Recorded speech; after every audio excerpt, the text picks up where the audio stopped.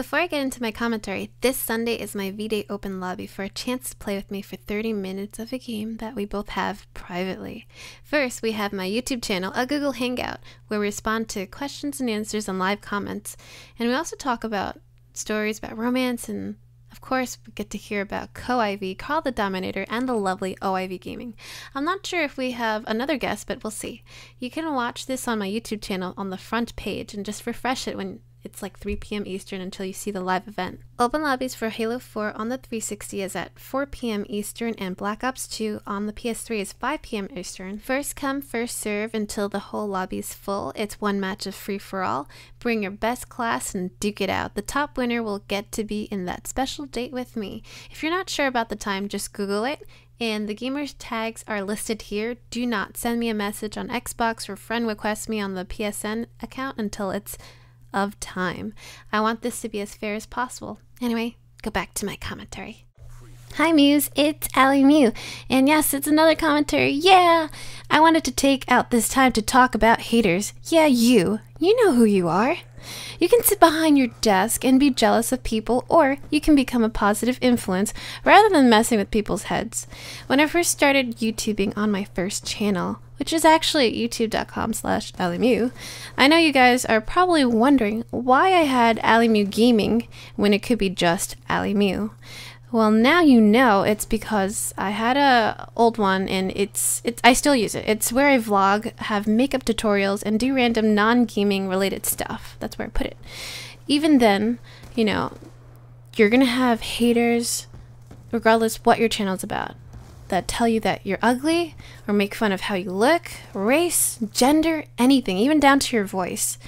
This was really difficult for me when I was YouTubing around high school. I think you're more vulnerable if you're making videos when you're young, and that is very true. I'm not. When I was in high school, I remember getting, you know, upset about the comments, and it kind of made me think twice if they were, you know, if they were really meaning what they were saying. You know, you don't even know how people are. You don't know these people, and they're saying stuff. And as much as weapons can hurt us physically, I think words hurting someone mentally is so, you know, it's just as bad or even worse. Sometimes when you're at a point that so much is going on in your life, and you come back home to relax, and you check your YouTube channel and you see your comments, you see a negative comment, and, you know, saying that you're ugly, or, you know, you kind of end up like, I don't know. For me, when I saw those things when I was in high school, I actually looked in the mirror and I was like feeding into the negativity, and, you know, that was really sucky. So I wanted to share that kind of like thing with you guys, because you're not alone, and that was me in the past. But here now, I'm stronger to let you guys know not to let those negative haters get to you. It's a free view from them, and for them even to click on the thumbs it down button, for them to had at least watch some portion of your video, it's very hilarious. See, for me, if you don't like the video, you decide to thumbs it down, own it, help someone out.